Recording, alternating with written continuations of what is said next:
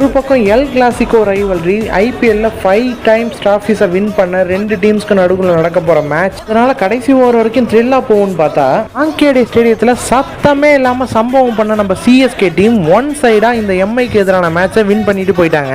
ஒரு பக்கம் இந்த எல் கிளாசிக்கோ ரைவல்ரியில நம்ம தல தோனியும் ஹிட்மேன் ரோஹித் சர்மாவும் முதல் முறையா களமிறங்காம ஃபேன்ஸுக்கு ஒரு மிகப்பெரிய சர்ப்ரைஸ் கொடுத்த நிலைமையில இந்த மேட்ச்ல டாஸை வின் பண்ணி மும்பை இந்தியன்ஸ் பவுலிங் சூஸ் பண்ண பும்ரா பவுல் பண்ண மேட்சோடைய ஃபர்ஸ்ட் ஓவர்லயே ஒரு பவுண்டரி அடிச்சு அதிரடியா ஸ்டார்ட் பண்ணாரு சஞ்சு சாம்சன். இந்த நேரத்தில் 14 பால்ஸுக்கு 22 ரன்ஸ் அடிச்சு நல்லா ஆடிட்டு இருந்த கேப்டன் ருத்து அன்பார்ச்சுனேட்டா அவுட் ஆக அவரை தொடர்ந்து கிரீஸ்குள்ள வந்த சர்ஃப்ராஸ் கான், சிவம் தூபே மாதிரியான எக்ஸ்பீரியன்ஸ்டு பிளேயர்ஸ்லாம் அடுத்தடுத்த விக்கெட்களை இழந்துட்டாங்க.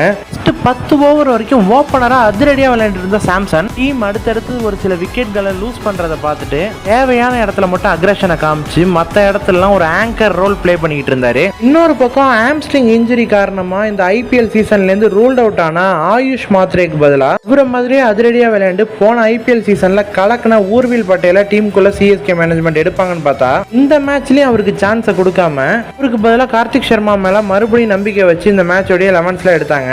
அவரும் இந்த மேட்ச்ல அவரை பிக் பண்ணதுக்காக ஜஸ்டிஃபை பண்ற வகையில சாண்ட்னரோடைய ஒரு ஓவர்ல 2 சிக்ஸர்கள் அடிச்சாரு. ஆனாலும் 19 பால்ஸ் பிளே பண்ணி வெறும் 18 ரன்ஸ் அடிச்சுட்டு அவுட் ஆயிட்டாரு. இதை தொடர்ந்து டெத் ஓவர்ஸ்லயும் சிஎஸ்கே உடைய விக்கெட்களை மும்பை இந்தியன்ஸ் பவுலர்ஸ் எடுக்க இது வரைக்கும் மிடில் ஓவர்ஸ்ல ஆங்கர் ரோல்ல பிளே பண்ணிட்டு வந்த சஞ்சு டெத் ஓவர்ல பினிஷர் ரோல்லையும் பக்காவா பிளே பண்ணி இன்னிங்ஸ் உடைய கடைசி பால்ல பவுண்டரி அடிச்சு செஞ்சுரி அடிச்சது மட்டும் இல்லாம வெறும் 54 பால்ஸ்ல செஞ்சுரி அடிச்சதோட இந்த சீசன் ஐபிஎல்ல சிஎஸ்கேக்காக தன்னுடைய செகண்ட் செஞ்சுரி அடிச்சிருக்காரு.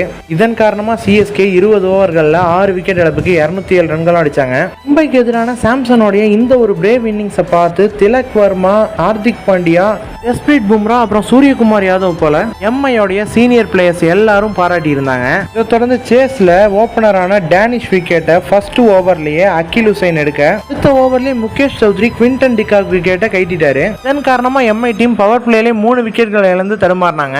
இந்த நேரத்தில் திலக் வர்மாவும் சூரியகுமார் யாதவும் 30+ ஸ்கோர்ஸ் அடிக்க சேஸ்லயே இவங்க பார்ட்னர்ஷிப் மட்டும் தான் ஓரளவுக்கு நல்லா இருந்தது. இதை தொடர்ந்து சிஎஸ்கே உடைய பிரில்லியண்டான பவுலிங்ல மும்பை இந்தியன்ஸ் அடுத்தடுத்து விக்கெட்களை இழந்து தடுமாறி 19வது ஓவர்லயே 104 ரன்களுக்கு ஆல் அவுட் ஆன காரணத்தினால இந்த மேட்சை 103 ரன்கள் வித்தியாசத்துல சிஎஸ்கே வின் பண்ணி பாயிண்ட்ஸ் டேபிள்லயும் 8th பிளேஸ்ல இருந்து 5th பிளேஸை பிடிச்சிருக்காங்க.